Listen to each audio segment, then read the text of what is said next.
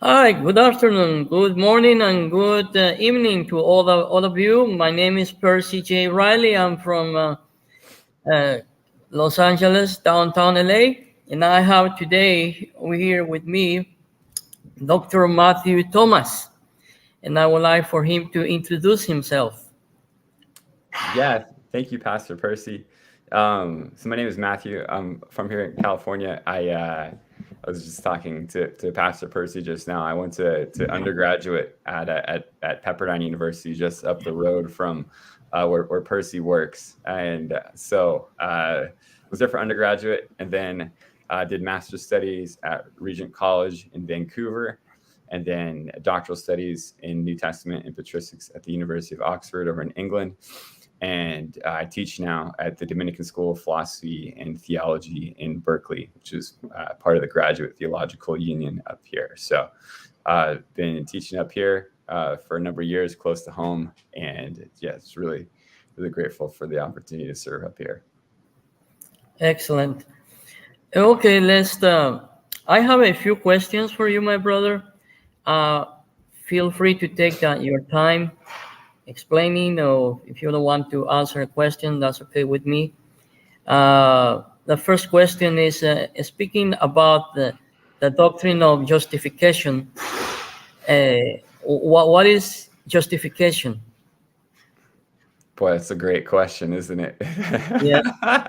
If you had an easy answer to that, there would be a lot of problems in the world between the various churches, which would be if not completely settled, that you'd be on your way to settling them, I think.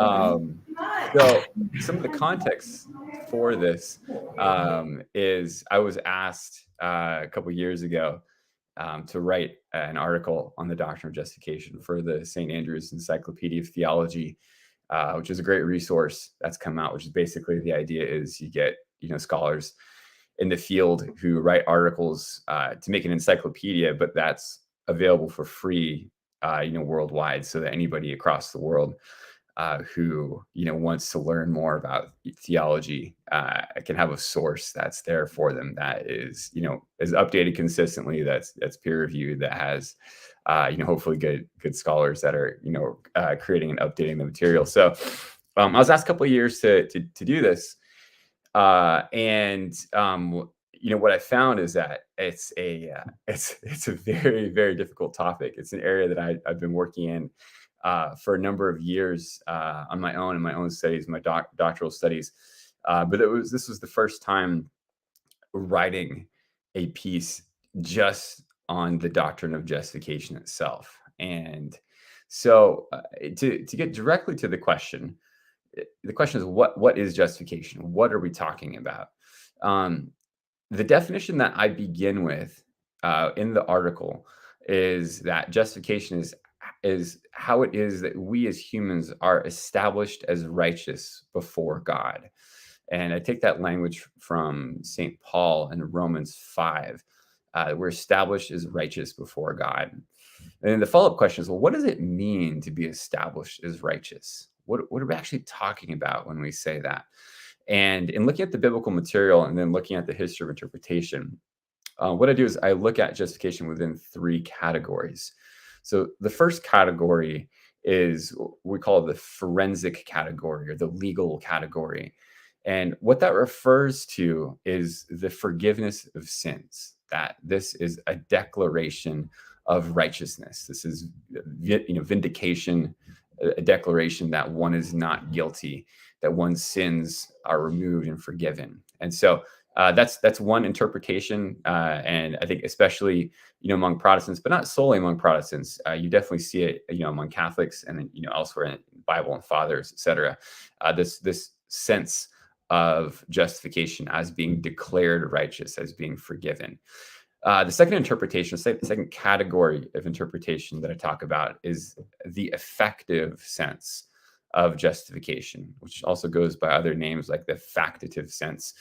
And what this means is that justification, according to this interpretation, means to be made righteous, to be made just. So that in justifying us, God is not just declaring us just, he is actually transforming us. He's actually making us just. Now, there's actually kind of a cool analogy if you are a person that holds to both of these interpretations. If you think of in Genesis, when God is creating, it's interesting how the agent by which God creates is his word. And so God declares something, and then in the act of declaring, he creates that very thing. And so God said, "Let there be light," and there was light. You can see the analogy here. God said, let there be forgiveness, let there be justice, let them be just.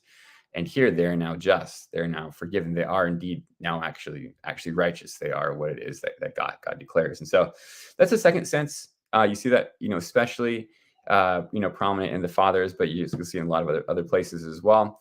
A third sense, which is less prominent, I think that N.T. Wright is somebody who's done a lot to popularize this sense.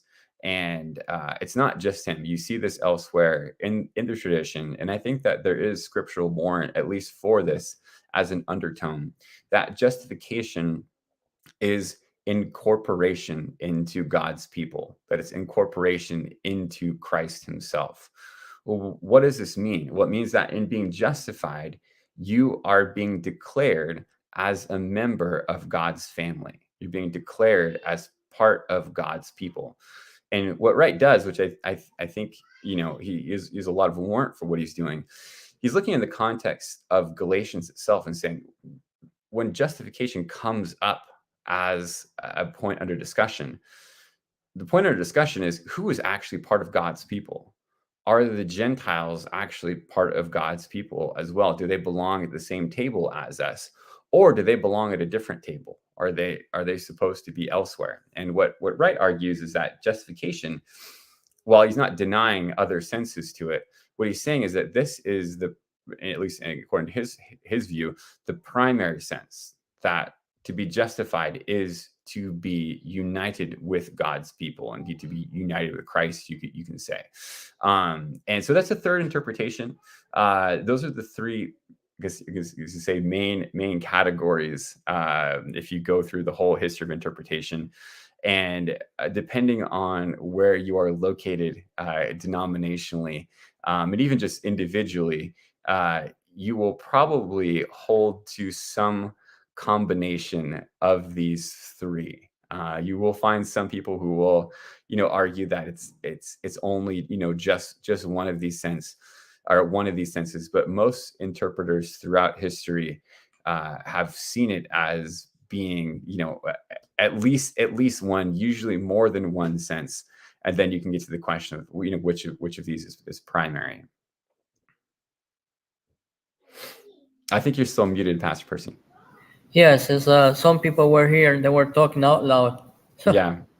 I apologize for that. Okay, speaking about the doctrine of justification in essentially biblical terms, why do you think this is an important doctrine today for us in 2023?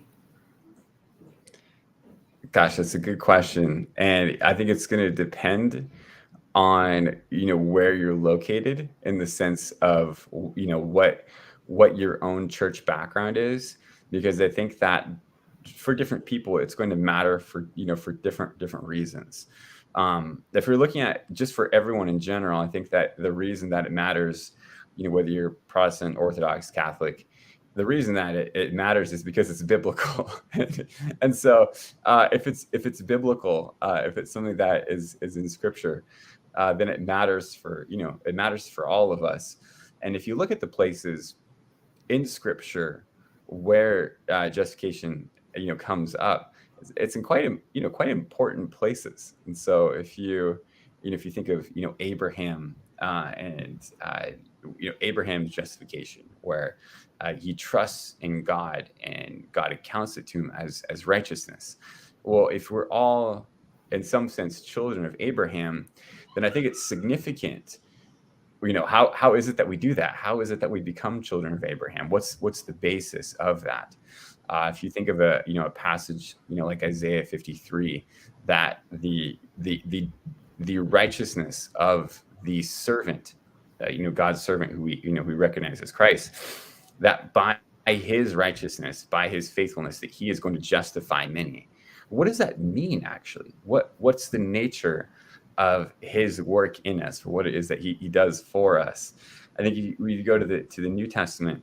What's interesting is it really is at these hinge points in the arguments of Galatians and Romans. And so Galatians 2 and then Romans 3, to understand Paul's argument in these very, very important passages, it hinges on justification. And so I think understanding what this is and how this has been interpreted throughout history is really important for us as people who want to take these texts seriously, who see these texts as in some way spoken to us as well.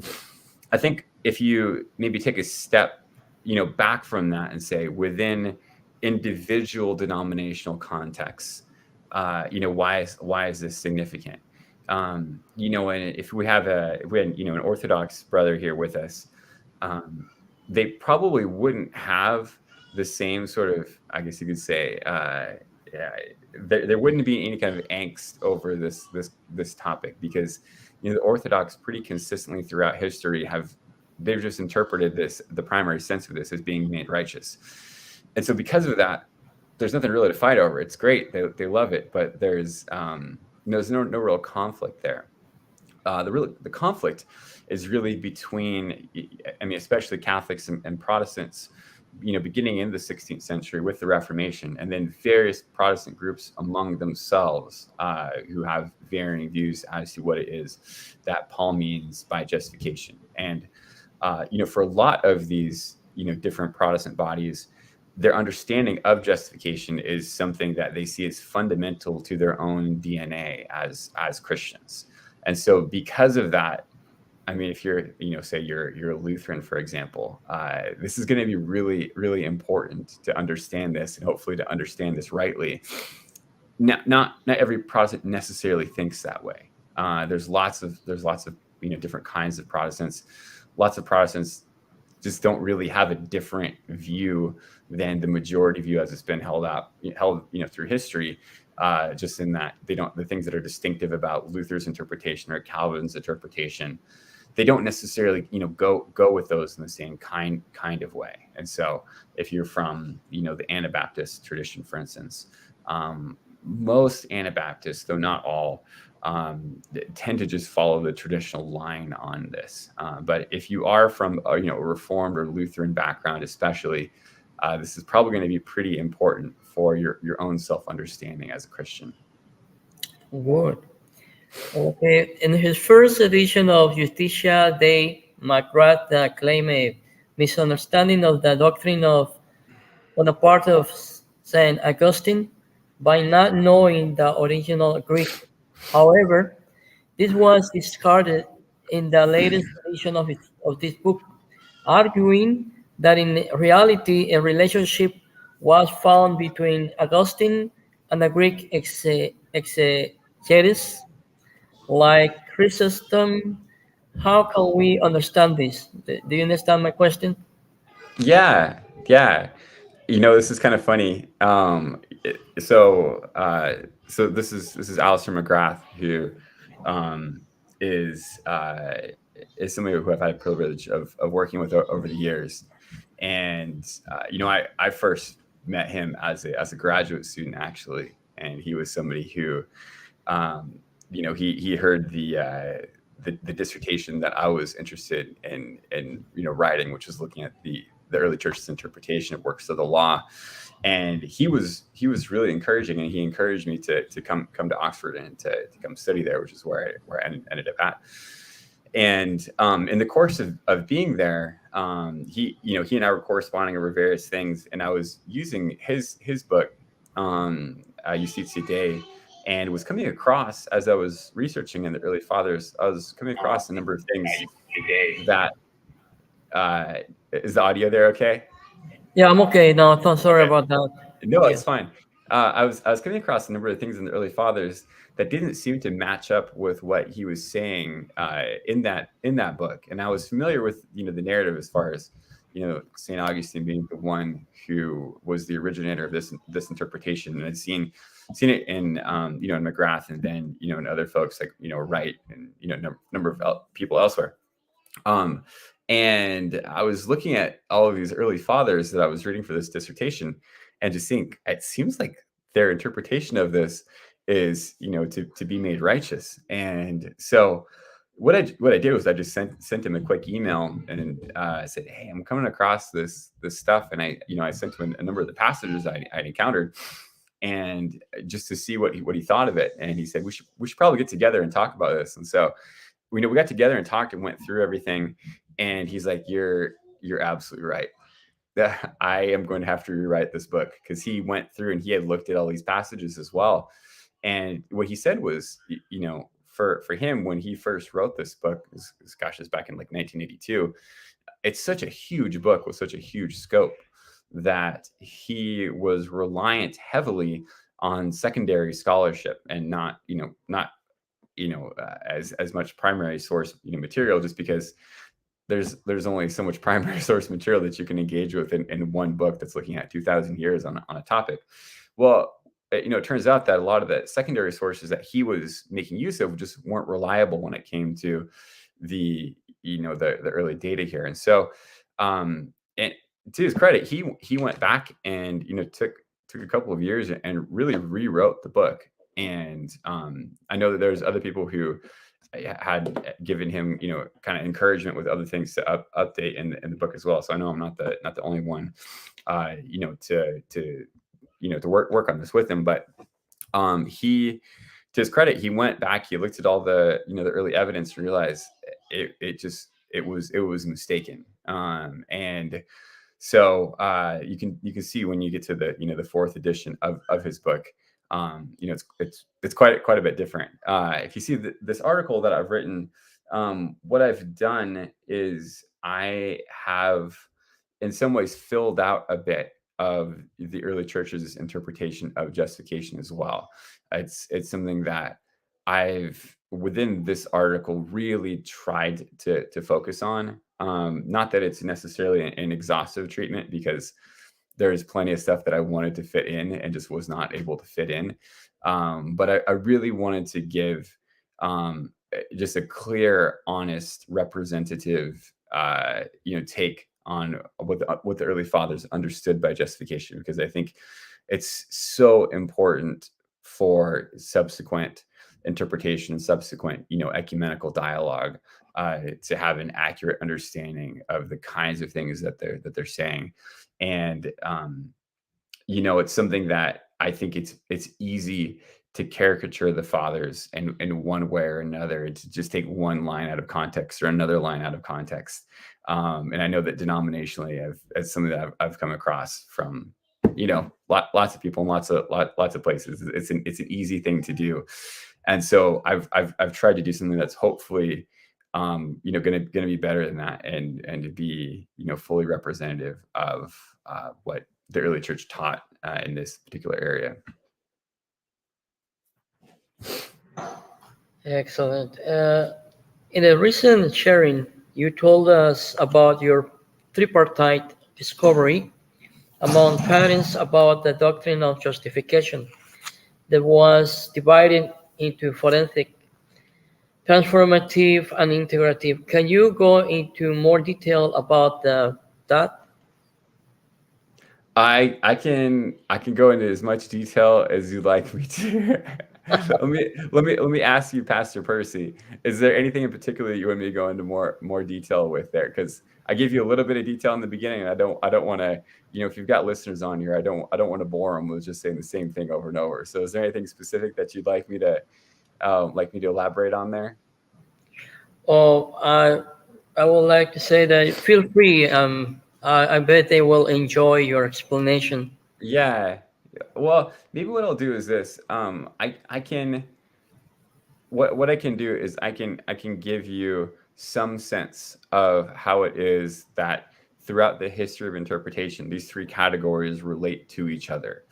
because I think that's really helpful. If you're looking within the early church, you don't see any dichotomy between these categories. There are three ways of talking about this reality that is justification. And if you were to ask which of them is the most prominent, you would probably say the effective sense. Just when you're looking at passages on when the church fathers are talking about justification, you come across it all the time. Justification as being made righteous. You find the forensic sense. You find that together all the time as well, and sometimes they're in the same passage. They often seem to just be two sides of the same coin.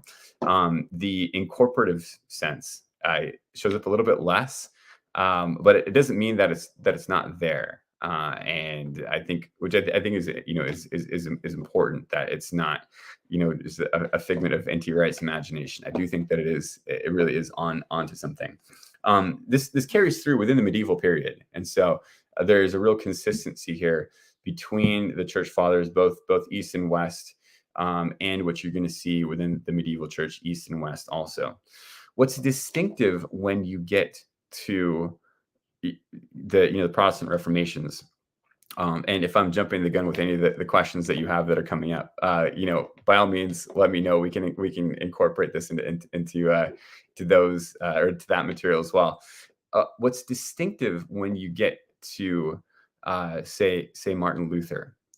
What's distinctive about his sense of justification is not necessarily that it's forensic, because the early fathers, the medieval interpreters, so Thomas Aquinas, they can talk about justification as forensic as well. What is distinctive about his interpretation of justification is the limitation of justification to the forensic aspect, which is to say, not just that it is the forgiveness of sins, but that it's only the forgiveness of sins. That this is justification, and that it's not the effective sense, that it's not the sense of being made righteous. That's a really quite different thing, as important as that is to be distinguished from justification. There's a fantastic article that Alistair writes on this in Harvard Theological Review from 1982, which you can probably find online. It's called "Forerunners of the Reformation," and he talks about how this is the new and distinct idea that you see in Luther, and then in his deputy Philip Melanchthon, which for a lot of folks gets known to be the distinctive Protestant understanding of justification, that it is just the forensic sense, and it's not the other potential senses. One of the challenges that you have with this is that Luther is not always entirely consistent with this, and so there's this thing called the Finnish school of Lutheranism, Finnish in the sense of from Finland, and other interpreters of Luther who say, I don't know if if that really works, to say that he always does this. And I honestly, I think that's fair. There's passages in Luther where it seems as though, whether consciously or unconsciously, he almost slips back into the previous framework that he's familiar with. Nevertheless, as it comes to be known in subsequent history, that is the Lutheran sense. So limiting justification to the forgiveness of sins, to the effective sense. This is quite similar within the Reformed tradition. So if you are, a Calvinist of some sort, I saw Pastor Percy has a nice statue of John Calvin on his Facebook little header there. It's kind of funny actually thinking about John Calvin with the statue. I've seen that in Geneva before, and it's interesting how, considering how anti-statue John Calvin was, that you go to there in Geneva and there's a statue. I remember for the first time I saw it thinking, like, I wonder what he would do if he was around and saw this statue. Like, I'm guessing he wouldn't be particularly nice to it. I don't think he'd be that enthusiastic about it. But I mean, it's a cool piece of art. He and I think it's Bullinger and a couple others. When you get to the Reformed tradition, to Calvin's very similar in that he also wants to say justification is the forgiveness of sins. It is not being made righteous. Those are distinct things. What you're going to find with Calvin is that he wants to hold those ideas more closely together than Luther does. And so whereas Luther and the Lutheran tradition tends to want to separate justification from regeneration, from sanctification, Calvin wants to say that they're distinct, but that they always go together, that they're inseparable. And so that's part of why you get, in some ways, you might say, a different emphasis on the relationship between faith and works within the Reformed tradition than you're going to tend to get within the Lutheran tradition. It's interesting as well when you're looking within the Reformed tradition, certain other Reform figures. So, like, Martin Bucer is a good example, who was Calvin's own mentor in Strasbourg. Bucer is somebody who actually holds to the traditional understanding that, yes, it's forensic, but he still holds to this effective aspect. And so that's something that kind of minority report within the Reformed tradition, it never really goes away.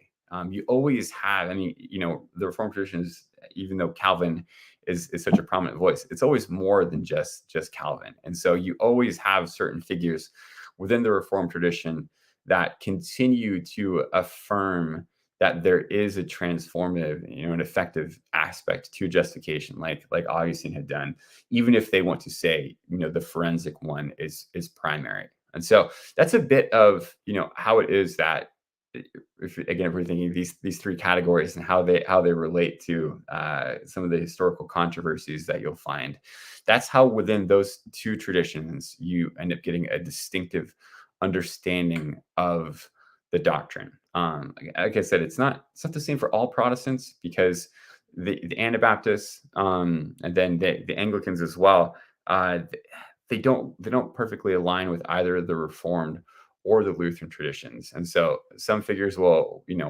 draw upon them more. Others, in their interpretation, they really seem to go back to the preceding, more traditional one.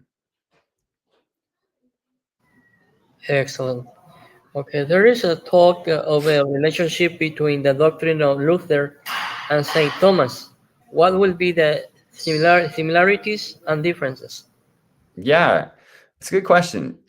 So there's a great question that's out there as far as whether Luther read Aquinas firsthand, and you can have different people who will give different views of this. Part of the challenge is that, first off, we know that the Luther's own education was done by Franciscans, and just within that context, it's unclear how much firsthand contact with Thomas that he has. The other thing that scholars run into is, a lot of the times he will articulate positions where he will say things, like kind of Thomas says this. Sometimes it's right, and other times it's not right. It's not, it seems to be fairly off. And then there's other times when Luther will say what his own position is, and then you'll stop and say, "Boy, it sounds exactly like Thomas's position." And so there's some challenges there. I think if you were to look at some of the points of agreement between Aquinas and Luther, both of them would agree that God's grace is absolutely necessary for the justification of the sinner, so that there's no way that an individual can be justified by their own actions, by their own merits. And in every sense, justification is dependent on the grace of God. And it's fun. I remember when I was a doctoral student, I would do this sometimes. I was reading Thomas's commentary on Galatians, which I highly recommend, by the way. It's fantastic. And there was I come across certain passages, and in these passages, I would stop and think, "Gosh, this sounds exactly like Luther." It sounds like you would think this is a Luther quote. And so I remember we were putting up these these quotes on Facebook, and just like, okay, guess who wrote this. Don't look it up, but guess who it is. And of course, everybody thinks it's Luther, because it's talking about being justified by faith alone and all this certain things like this. And every instance, the answer was Aquinas. And so you can find all kinds of stuff like that, as far as being justified by God's grace, how it's faith, which is the foundational instrument that takes hold of God's grace. And in that sense, you can say that faith alone is something that you can affirm from Aquinas' standpoint, as long as it's not faith that's opposed to to hope and to love. So there's lots of shared, I guess you could say, ground that they have. Where they would diverge, a couple of things you could say. Thomas's sense of faith is one that if you're saying, what is justifying faith? You'd say, well, it's, Galatians 5:6. It's not kind of faith just that's, by itself or dead faith. It's faith which is active by love. It's faith which is formed by love. And that was an idea that Luther really argued against. And he thought that was, though that was a traditional interpretation, he thought that was a way of introducing works into justification, which for him was highly problematic. And so that's a distinction between these two figures. If you look at their understanding of the nature of justification, you're going to have a difference there as well, because Thomas, like pretty much everybody else in the period, is understanding it not just in forensic terms, but also in terms of being made righteous. And that's something where Luther wants to posit a distinction from one side to the other. Another major area, and I really think this is important to get, because when you get this, there's a lot in Luther's theology that makes sense. A really important distinction between them is their understanding of causality and how it is that divine and human action relate to one another. From Thomas's standpoint, and from a traditional theological just standpoint more broadly, divine action is not something that acts in competition with human action. And so Thomas says that you can have something that's done by a divine actor, and the divine actor works 100%, and the secondary agent does not compete with that actor in any way. That secondary agent that the primary agent is working through can also be fully an agent, can be operating 100%. And there's no sense of a contradiction. So if I take a pen and I'm writing with a pen, you wouldn't say, oh, this is 50% me doing this and 50% the pen doing this. You would say, no, this is that's not the way that it works philosophically. And so there isn't, you can say, an either or between human action and divine action. It's when it comes to questions around like causality, sometimes a word that's used is non-competitive. There's a non-competitive relationship between God and humanity. This is a key distinction with Luther, because Luther operates within a nominalist philosophical framework in which all of these actions take place on the same philosophical plane. And so if you're to use the analogy of the pen, you're not looking at primary agents, secondary agents. All agents are operating on the same plane. And so as a result, if I do something 99%, the pen does something 1%. If I do something 50%, then the pen's going to do something 50%. If you apply this to questions of salvation, this is where it gets interesting. Within the nominalist framework that Luther inherited, and it's important to say he didn't make this framework up. This is what he inherited from the Franciscan nominalists that he was educated by. So if you think of like William of Ockham, people like that, this is the philosophical milieu that he is raised in. Well, what this means is salvation is partially my work and partially God's work. So maybe God does 90% and I do 10% of it. Maybe, God does 99% and I do 1%. Maybe God does 50% and I do 50%. But you can see there's a partial action on God's part. There's a partial action on my part. And that is, how it is that divine human agency relate to one another. God is a partial cause. I am a partial cause. You can see how if you have that framework, the idea of God partially causing or partially willing our salvation seems objectionable. The idea that, God who gave his only son for us would not go and give us all things.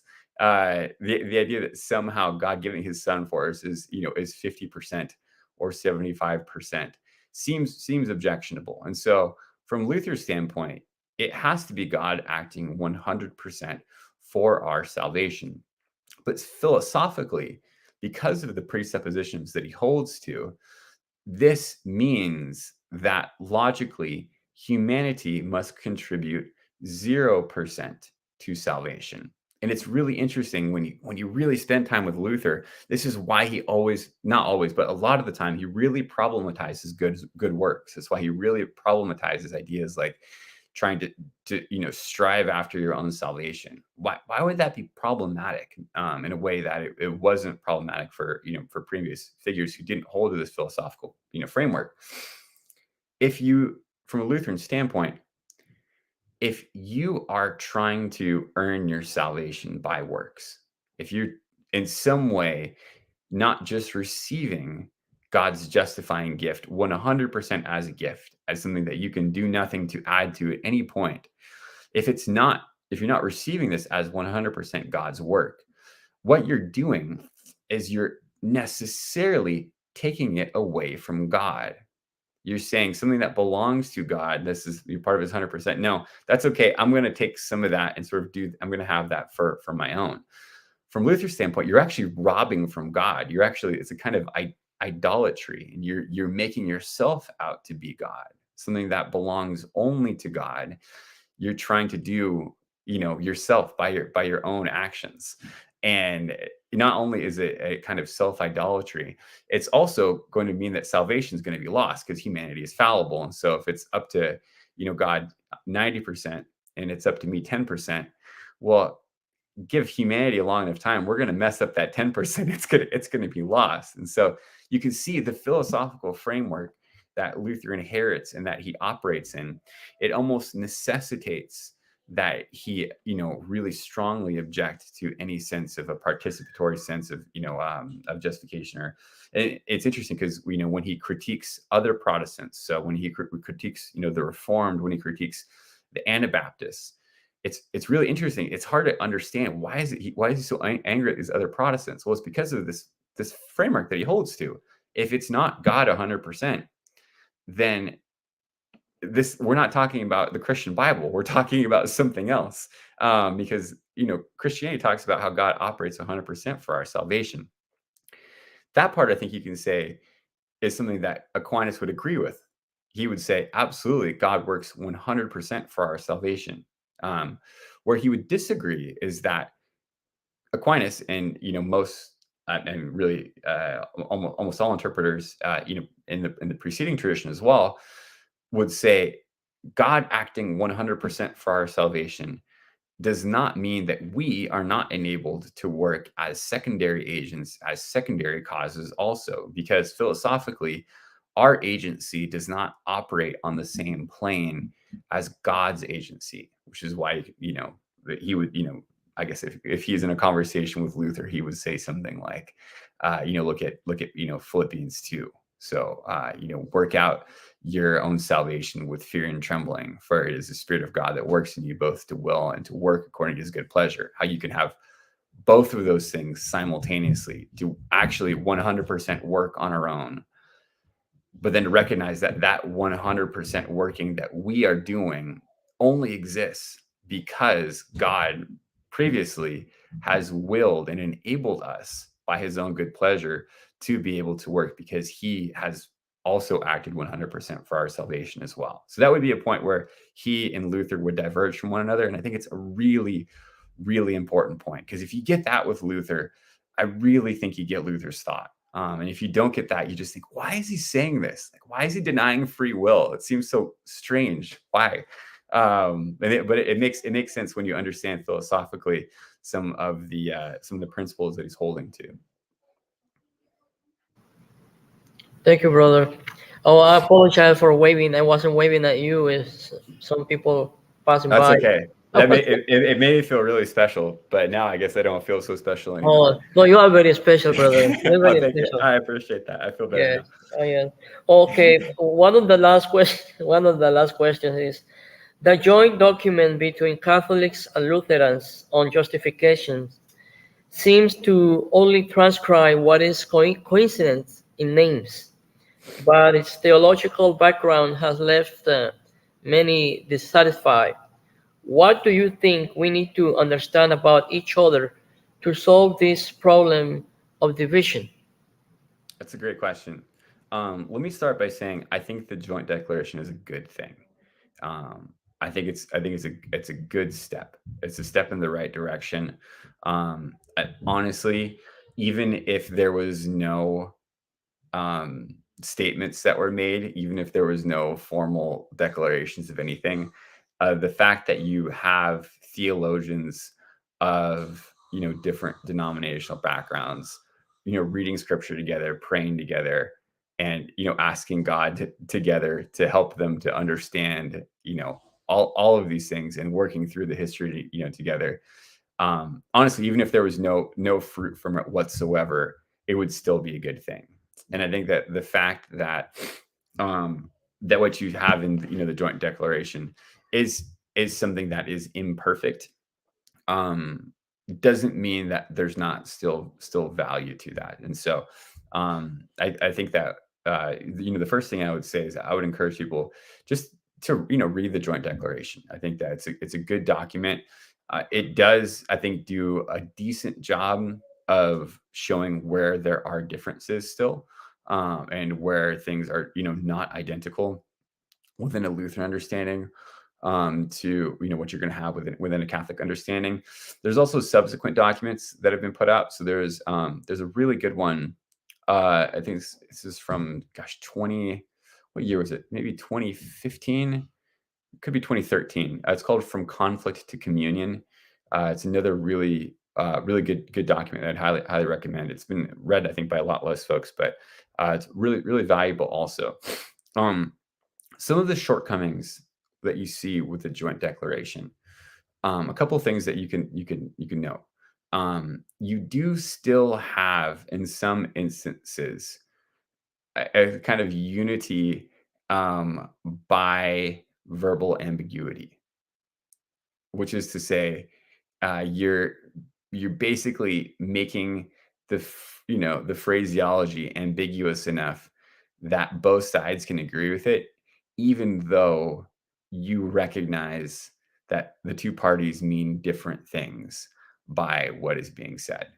um, that can really only go so far. I don't want to criticize anybody as part of these things. I know it's really hard work, and I know that verbal ambiguity is even is never going to be completely unavoidable. But you do have instances of that where, rather than actually reflecting a real agreement, there is ambiguous language that can be interpreted in more than one way, rather than necessarily a real advance in understanding. And it's interesting. I was for something I was working on right now. I was revisiting John Paul II's encyclical Ut Unum Sint, so that they may be one.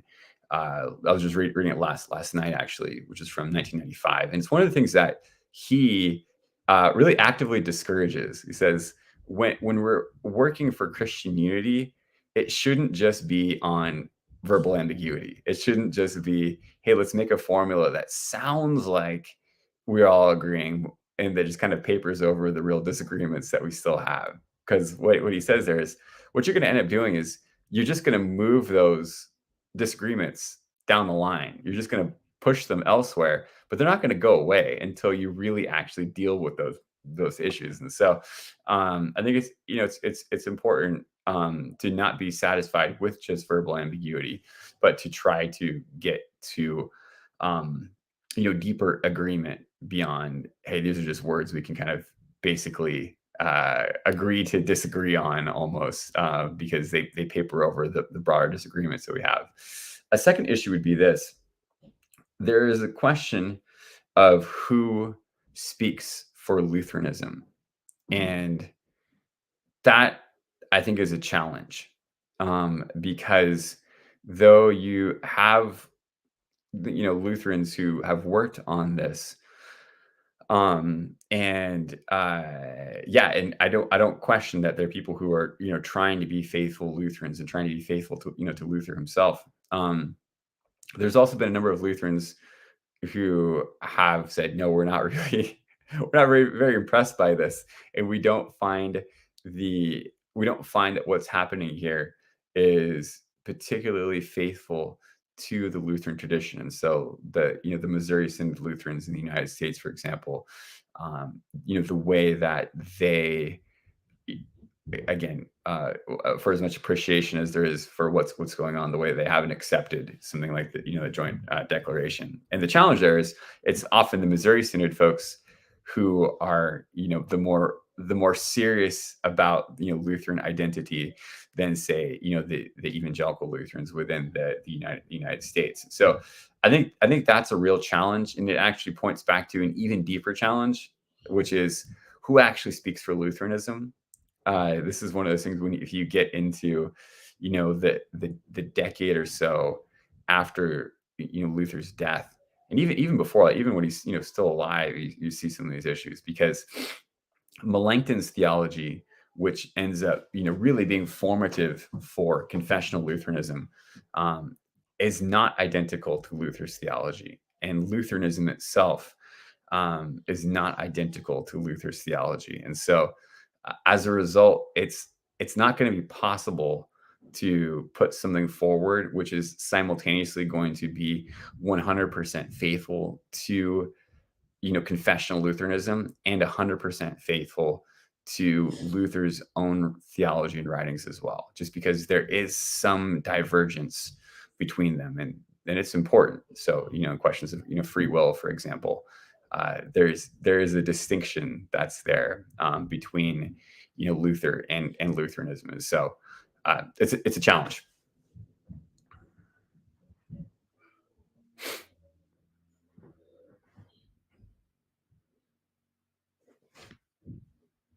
Oh, are you muted again? Yes, I'm muted. Okay. See, I'm a new guy. I'm learning to how to use this. No, it's okay. It says, I don't know if you're able to see the question or the comment. Yeah. It says, let us know about justice, good and Moses' law for justification. So I'm not sure if I 100% understand what that means. I can take a stab at it if you want. Yeah, let me see. Our own justice and God's justice. Yeah. So let me try this. I think that if you're looking, and you can read the article for this, and I'm hoping that we'll be able to figure out a Spanish translation of the article up there as well. I've been told that if you use the Chat GPT thing and say, hey, translate this to Spanish, somebody told me recently that's actually very good at that. So maybe we can make a version like that. So somehow, because it's kind of a long article. It's like 44 pages. You'll see this topic a lot in there. So how is it that our justice relates to God's justice? Our righteousness, our justification relates to God's own righteousness. The straightforward answer is that God's righteousness is the source of all other righteousness. It's the source of our own righteousness. And the classic articulation of this is that so what Saint Augustine says, that when God rewards us, when he does anything like that, he's crowning his own gifts. What does that mean? It means that we only have anything meritorious within us because it comes from the source of God himself. And so there's no righteousness, there's no justice that we have on our own that we could say, hey, we're the source of it. It all comes from participation and sharing within God's own righteousness. Now, again, part of what's going to happen then is the way that you understand that is going to be really influenced by the philosophical framework that you hold to. Because if you are someone like Saint Thomas Aquinas, or Augustine, or take your pick as far as earlier figures goes, to say that does not mean that we cannot be in some way participate within this, because there isn't a sense of kind of an either or. God's primary action is not something that rules out our secondary action, our secondary causality. It enables it. It makes it so that it's possible. And so in figures like Augustine, you don't have good works problematized like the way that they are within later centuries. If you hold to a philosophical framework more like Luther's philosophical framework, that sees human and divine action as operating on the same plane, then that is going to be a problem. Anything that is our justice, you're saying, okay, this is in some way in competition with God's justice, and you can see how that would come to seem really, really problematic. And so, the issue is is less, if you're thinking between Protestants, Catholics, even Orthodox, what the source of righteousness is, and the issue ends up being the sense of how is it that our activity relates to divine action. And I think that if you can come to an agreement on that, then it helps a whole lot. And sometimes you can end up talking past each other otherwise.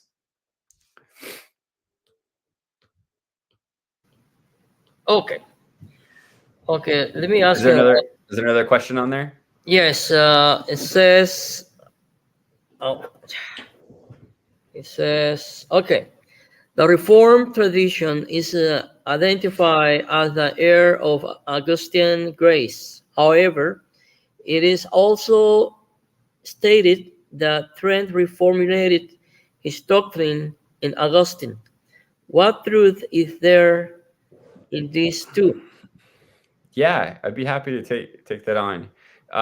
It's I guess the first thing I'd say is that I'd refer you to the articles. I give you some of the some of the passages to to look at. This is an area where Calvin is I think is honest in saying that his understanding of justification is distinct from Augustine's understanding of justification. He is not generally that enthusiastic about having to say that he disagrees with Augustine, and this is one of the areas where he'll say he disagrees with with Augustine. You'll see this as well when it comes to the related topic of free will. This is one of the spots where he'll say Augustine gets closer than a lot of the other fathers, but he still wants to correct Augustine, because Augustine still wants to say there's still room for human free will, that God's absolute action is not something that negates our free will, because he sees them again as within a compatibilist, non-competitive philosophical framework.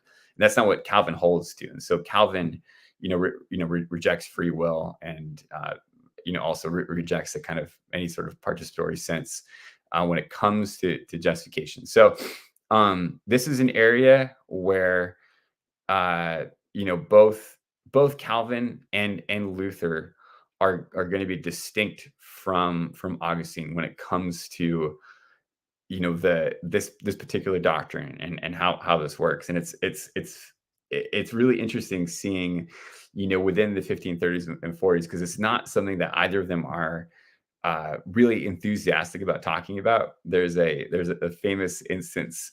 This is in, I think it's 1532, when Luther's deputy, Philip Melanchthon, writes a letter to Brentz, who's another Lutheran, and says, he just basically admits, I appeal to Augustine as if he agreed with us because of the public's opinion of him, even though he doesn't agree with us. And it's interesting. Actually, I think it's 1531, because I think enough people call him on it and say this doesn't work. And in 1532, he stops, and with his commentary on Romans, he says, Augustine is just wrong with this. And I think it's actually that same year in Luther's Table Talk, he has a line where he says, at first I devoured, not merely read the writings of Augustine, but as soon as I discovered what justification by faith meant, then it was all over with Augustine. And so you have again, because of the proximity of Calvin to Luther on this particular doctrine, that then creates the same kind of distance between Augustine and Calvin as well. Having said that, as I was mentioning earlier, the Reformed tradition isn't just Calvin, and so if you read, and I say read, it's very, very long and not easily readable. But if you were to go back and read Martin Bucer's commentary on Romans, for example, who himself was Calvin's mentor, and in the beginning of Calvin's own commentary, he compliments Bucer's as being kind of the best one out there. Bucer basically holds to an Augustinian understanding of justification. If you kind of line up Luther, Bucer, and Augustine, Bucer definitely stands with Augustine rather than Luther, and is distinct from Calvin in that area as well. And so I think that there are minority voices within the Reformed tradition that still hold to a view more like Augustine's, and part of that reason is just Augustine's so influential within the history of Christian thought. And I think that because of the way that he interprets these texts in ways that seem so compelling, I guess is maybe a good way to say it. It's hard to disagree with him. And I think that's kind of where Bucer ends up as well.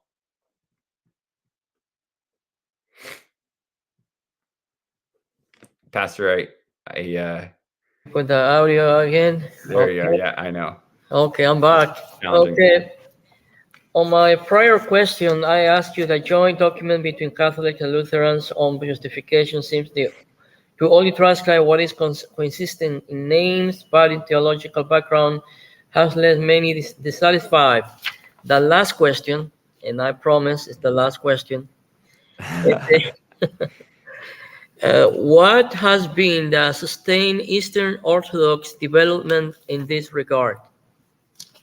Yeah, it's a great question. It's honestly, it's one of my favorite things in researching and writing this article, is being able to spend time within Eastern Fathers, both ancient, and then getting into more recent Orthodox interpretation as well.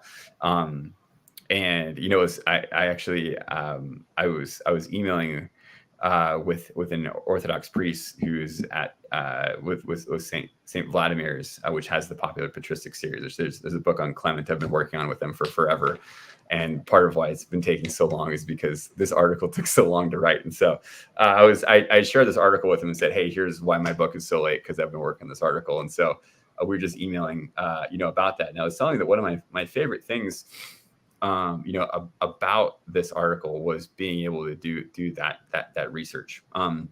The Orthodox in general really prioritize having continuity with the fathers, and so as a result, there's ends up being less to talk about, in the sense that they're just going to appeal to to Chrysostom and and Cyril, and pick your father. They're gonna go back and and talk about how it is that they have they've interpreted scripture. And so what ends up being really interesting is you have in the 16th century this correspondence between the Lutheran theologians at Tübingen, who were kind of the heirs, to Luther and Melanchthon, who write to Patriarch Jeremiah of Constantinople, and they figure, hey, we don't like the Pope, you guys don't like the Pope.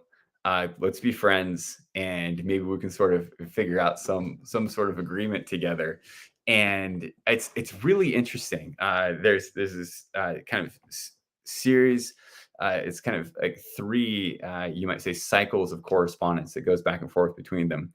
And there's certain areas where the Lutheran theologians lay out what they believe, and the patriarch says, yeah, that sounds good, we like that. And there's other ones that are like, I think that sounds okay, but you want to be a little bit careful about this. And then there's other areas where the patriarch just says, this doesn't really sound right. This doesn't sound right at all. And so you have this very interesting, and it's great that it's preserved for us. This very interesting set of letters that go back and forth. And one of the topics, of course, they're talking about is justification. The Lutherans are articulating this this Lutheran understanding of justification, and it's very interesting because there's a lot of problematizing good works that's there, and the patriarch just basically says, like, you guys say you're not against good works, but then you say that monastic vows and fasting and all these other things are all these kinds of bad things that do all sorts of bad stuff. And he says, if you actually really love all good works, then you would love these as well, because they're also good works. And you can see it's fascinating that the Lutherans respond by saying that the problem with all these good works is that you're dividing the work of salvation between us and Christ. And you're taking something that belongs to Christ alone and saying, no, this is partially our work as well. So you can see the philosophical system that they're inheriting. It is this: we do part of it, God does part of it. And there's no sense in which it can be God doing something 100%, us also acting 100%. And so they object and say, no, this you can't do that. You can't take something that belongs to Christ alone and to try to take some piece of it as if it's ours. And the patriarch responds by saying, that's not how this works. He says that, and he quotes Chrysostom, just to the fact that this is God acting completely for our salvation, but not in a way that nullifies or takes away from the responsibility that God has given to us as well, and the way in which we are enabled by His grace to participate in these things. And so you can see the same way that we're talking about with Thomas and Luther. You end up getting these same kinds of you might say conflict between the Lutherans and the Orthodox. And you can see what it really rests on is a philosophical question of how does divine and human action, how do they relate to one another? The correspondence itself ends with basically the patriarch just not wanting to talk about things anymore, because he realizes these things just aren't getting anywhere. And so if you were to open up, there's an Orthodox study Bible that came out a handful of years ago in English, and if you're to open that up, and there were talk about justification, just talks about justification as being made righteous, and it will refer you to Chrysostom. And so there has been engagement historically, but it's not been an area where I guess you'd say from a Lutheran standpoint, specifically, that there has been sort of traction as far as there being some kind of agreement between the two sides.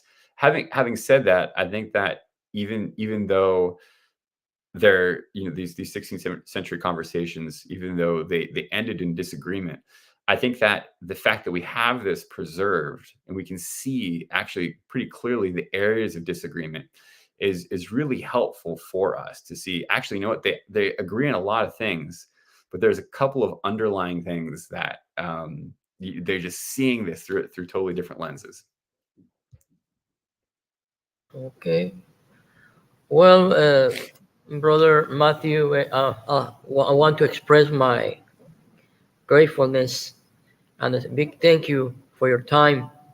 I know this is a Saturday, and you rather be with your family. And I would like to express a big thank you. And one last word for the audience. Boy, is there one last word for the audience? I I hope that this conversation inspires you to go back and read the scriptures, and to open up and to see what Paul is talking about, what James is talking about, what we see in the scriptures about justification, I hope that talking about these things gives you some greater appreciation the next time that you go back and think, oh, there's more that is here in God's word than I had previously realized. And so turn off the podcast and go pick up your Bible. That's what I would encourage you with. Okay. Well, thank you again, and thank you to all the audience for their comments. And I would like to express my gratitude to all the people that came to watch the live. And if you like it, please follow us and subscribe to our channels, and also read Dr. Matthew document, which is very good. And okay, that's we have to say goodbye now. Great. Thank Thank you you. very much, Pastor Percy. Thank you. Take care, brother. Have a good night. All right. Thank you. Bye bye, everyone.